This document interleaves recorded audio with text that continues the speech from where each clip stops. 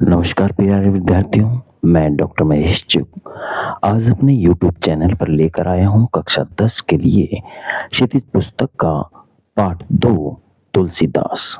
जैसा कि आप सब जानते हैं कि व्याख्या के स्थान पर अब पद दिया जाएगा और उस पद से आपसे प्रश्न उत्तर पूछे जाएंगे। तो आइए देखते हैं। पद 1, नाथ संबोधनी भंज निहारा, होइए को एक दास तुम्हारा। आये सु कहा कहिए किन मोही, सुनी रिसाई बोले मन को मुनि को ही। सेवकु सो जो करे सेवकाई, अरि करनी करिए लड़ाई। सुनो राम जही शिव धनु तोरा, सहस भाऊ सम सो रिपु मोरा। सो बिलगाओ बिहाई समाजा, न त मारे जही सब राजा। सुनि मुनि वचन लखन मुस्काने, बोले पर सुधरई यव माने। बहु धनुई तोरी लड़काई, कबहु नास की असिरिस कीनी गोसाई। यही धनु पर ममता के ही हेतु, सुनी रिसाही कै भृगुकुल केतु। रे बालक काल बस बोलत तो ही न संभार, धनु ही सम त्रिपुरारी धनु विदित सकल संसार। पहले हम कठिन शब्दार्थ देखते हैं।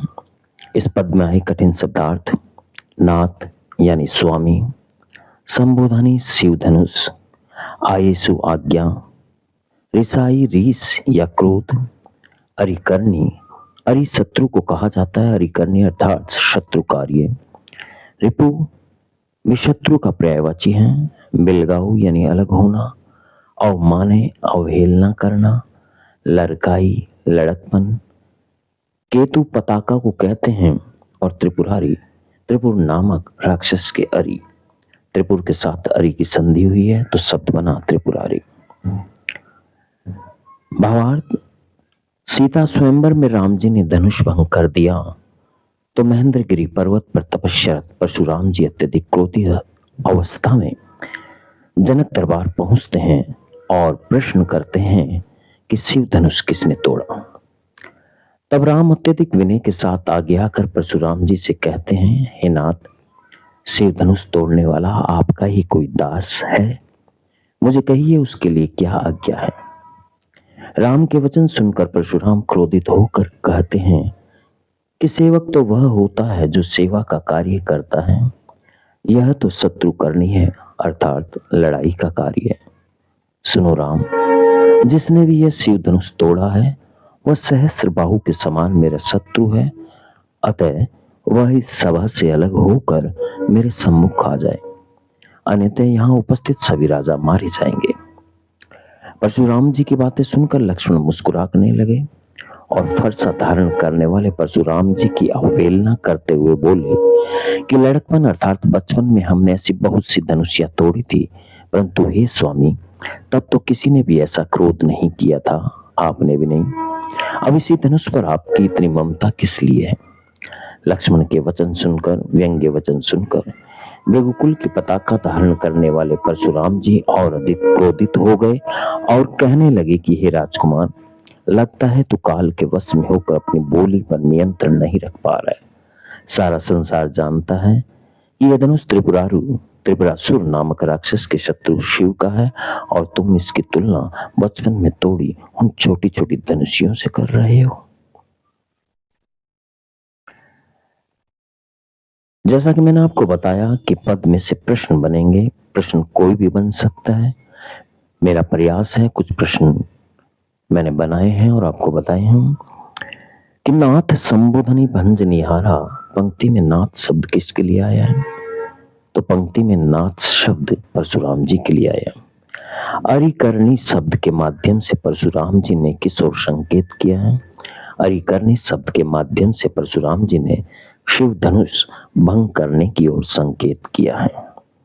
भृगुकुल शब्द किसके लिए आया है? भृगुकुल शब्द परशुराम जी के लिए आया है क्योंकि परशुराम जी भृगुकुल के वंशज थे। परशुराम जी ने लक्ष्मण को कालवश क्यों बताया? अनर्गल प्रलाप करने के कारण परशुराम जी ने लक्ष्मण को काल के वश में बताया। लक्ष्मण ने शिव धनुष की तुलना किससे की?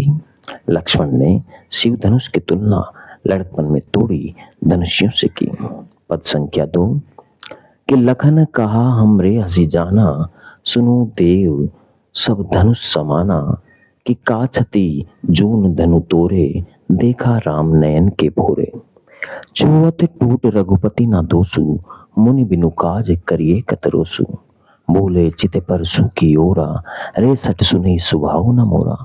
बाल को बोली बधो नहीं तोई, केवल मुनि जड़ जानी मोई।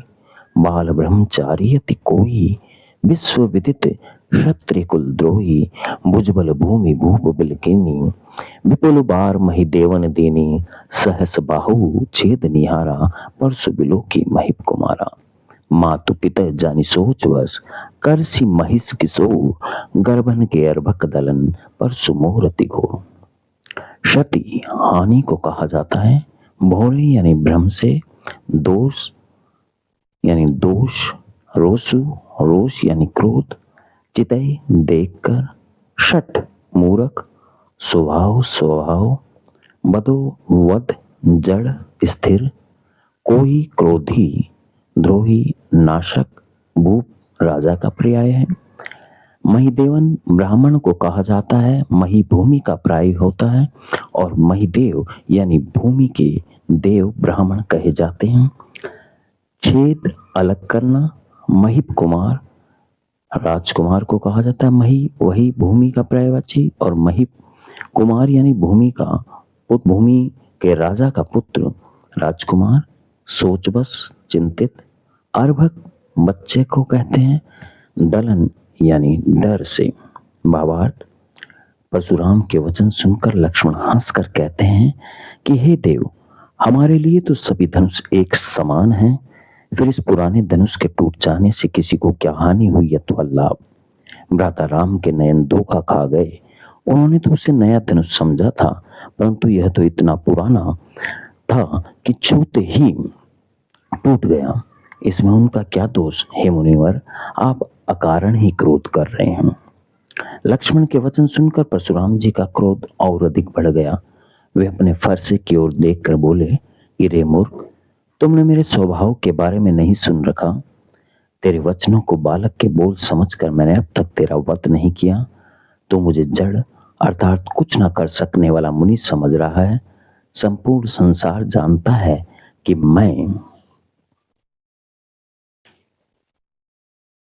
क्षत्रिय कुल का नाशक, बाल ब्रह्मचारी और अत्यधिक क्रोधी स्वभाव का हूं। मैंने अपने भुजबल से अनेक बार पृथ्वी को राजाओं से विहीन करके ब्राह्मणों को दी है और इसी फरसे से सहस्र बाहु की 1000 भुजाओं को उसके शरीर से अलग कर दिया था। हे राजकुमार, मेरे इस फरसे की ओर जरा दृष्टि तो डाल। ऐसा लगता है कि तुम अपने माता पिता को चिंतित करना चाहते हो। मेरे फरसे के डर से तो गर्भ के बालक भी गिर जाते हैं। प्रश्नों की बात करें तो शिव धनुष को लक्ष्मण ने किसके समान बताया है? शिव धनुष को लक्ष्मण ने लड़कपन में तोड़ी धनुषियों के समान बताया है। प्रश्न संख्या 2, शिव धनुष तोड़ने का दोषी लक्ष्मण राम को क्यों नहीं मानते? शिव धनुष तोड़ने का दोषी लक्ष्मण राम को इसलिए नहीं मानते क्योंकि राम के नेत्र धोखा खा गए और उन्होंने तो उसे नया समझकर छुआ ही था और वो टूट गया। परशुराम जी लक्ष्मण का वध नहीं करने का क्या कारण बताया? लक्ष्मण के वचन बालक वचन जानकर परशुराम जी ने लक्ष्मण का वध नहीं कर रहे। क्षत्रिय कुल का द्रोही कौन है? क्षत्रिय कुल का द्रोही परशुराम जी माने जाते हैं। तुम अपने माता पिता को सोचवश करना चाहते हो। परशुराम जी ने लक्ष्मण को ऐसा क्यों कहा? अनर्गल प्रलाप करने के कारण परशुराम जी ने लक्ष्मण को ऐसा कहा। पद संख्या 3, बिहसी लखनु बोले मृदुबानी, अहो मुनीषु महाभट मानी। पुनि पुनि मोहि देखाओ कुठारू, चह तुड़ावनी फूकी पहारू। यहाँ कुमड़बतिया को नहीं, जे तर्जनी देखी मरी जाई। देखे कुठारू सरासन बानो, मैं कुछ कहा सहित अभिमाना। मृगसुत समझी जनेऊ बुलेऊ की बिलो की, जो कुछ कहूँ सहु रिस रोकी। सुर महिसुर हरिजन रुगाई, हमरे कुल इन पर न सुराई। बंधे पाप अपकीर्ति हारे, मारत हूँ पाप पर ये तुम्हारे। कोटि कुलिस सम बचन तुम्हारा, व्यर्थ धरऊ बन्नु बाण कुठारा। जो बिलो की अनुचित कहूँ, समूह महामुनि धीर। सुनी सरूस भृगुवंश में, बोले गिरा गंभीर। कठिन शब्दों की बात करें बेहसी यानी हंसकर, मृदु यानी कोमल, महाभट महावीर को कहा जाता है। कुठारू फरसा, फूंकी फूंक, बहारू पहाड़, कुमड़बतिया चुमुई का पौधा जिसे छूते ही वो मुरझा जाता है। तर्जनी अंगूठे की पास की अंगुली को कहा जाता है। सरासन धनुष को कहा जाता है। सुर देवता को कहा जाता है और महिषुर जो है वो ब्राह्मण को कहा जाता है। भावार्थ, परशुराम के वचन सुनकर लक्ष्मण हंसकर कोमल वाणी बोले, ओ हे मुनि, आप तो बहुत बड़े वीर हैं। आप मुझे बार बार फरसा दिखाकर डराना चाह रहे हैं। ये कार्य तो फूंक से पहाड़ उड़ाने के समान है। जैसे फूंक से पहाड़ नहीं उड़ता, वैसे ही आपके फरसे से मैं नहीं डरता। फिर इस क्षत्रिय सभा में कोई छुई मुई के पौधे जैसा नहीं है जो तर्जनी दिखाने से ही मर जाता है। आपके कुल्हाड़े और धनुष बाण को देखकर ही मैंने अभिमान के साथ ये सब कहा है। आपको भृगुकुल वंश का जानकर और देखकर ही मैं अपने क्रोध को रोके हुए हूँ, क्योंकि हम सूर्यवंशी देवता, ब्राह्मण, भक्त और गाय पर अपने बल का प्रयोग नहीं करते हैं। इन पर बल का प्रयोग करने से पाप लगता है और हार जाने से अपयश की प्राप्ति होती है। अतः आप मुझे मारेंगे तो भी मैं तो आपके चरण ही पकड़ूंगा। आपके वचन करोड़ों वज्र के समान कठोर हैं, अर्थात आप तो वचनों से ही सामने वाले को मार सकते हैं। आपने व्यर्थ धनुष बाण और कुठार का या फरसे का बोझ धारण कर रखा है। आपको देखकर यदि मैंने कुछ अनुचित कहा है तो यह धैर्यशाली महामुनि मुझे क्षमा करना। लक्ष्मण के व्यंग्य वचन सुनकर परशुराम जी का क्रोध और अधिक बढ़ गया और वे अत्यधिक क्रोध में बोले। प्रश्नों की बात करें तो पहला प्रश्न, चहत उड़ावनी फूंकी पहारू, मुहावरे का अर्थ बताइए।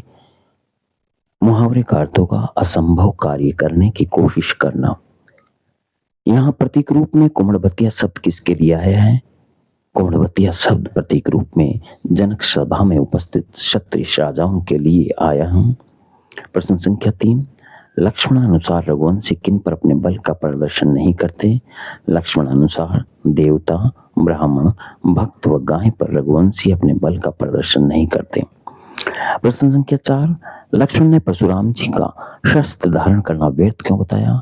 लक्ष्मणानुसार परशुराम जी अपनी कठोर वाणी से ही शत्रु का संहार कर सकते हैं, अतः उन्होंने उनका शस्त्र धारण करना व्यर्थ बताया।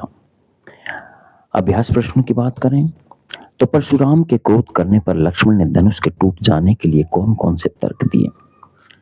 परशुराम के क्रोध करने पर लक्ष्मण ने धनुष टूट जाने के लिए निम्नलिखित तर्क दिए। पहला, बचपन में न जाने हमने कितने ही धनुष तोड़े किंतु कभी किसी ने क्रोध नहीं किया। दूसरा, हमारे लिए तो सभी धनुष एक जैसे ही हैं। तीसरा, भैया राम ने इसे तोड़ा नहीं, बस उनके छूते ही स्वतः टूट गया। चौथा, इस धनुष के होने से क्या लाभ था और टूट जाने से क्या हानि हुई जो आप क्रोध कर रहे हैं? प्रश्न संख्या 2, परशुराम के क्रोध करने पर राम और लक्ष्मण की जो प्रतिक्रियाएं हुई उनके आधार पर दोनों के स्वभाव की विशेषताएं अपने शब्दों में लिखिए।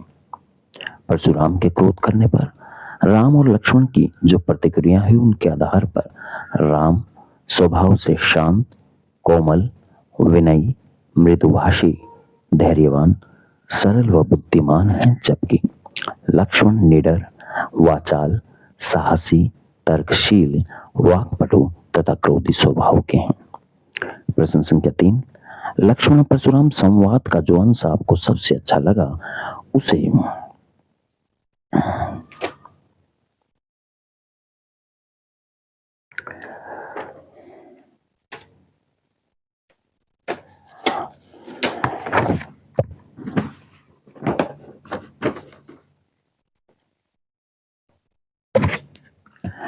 अपने शब्दों में संवाद शैली में लिखिए।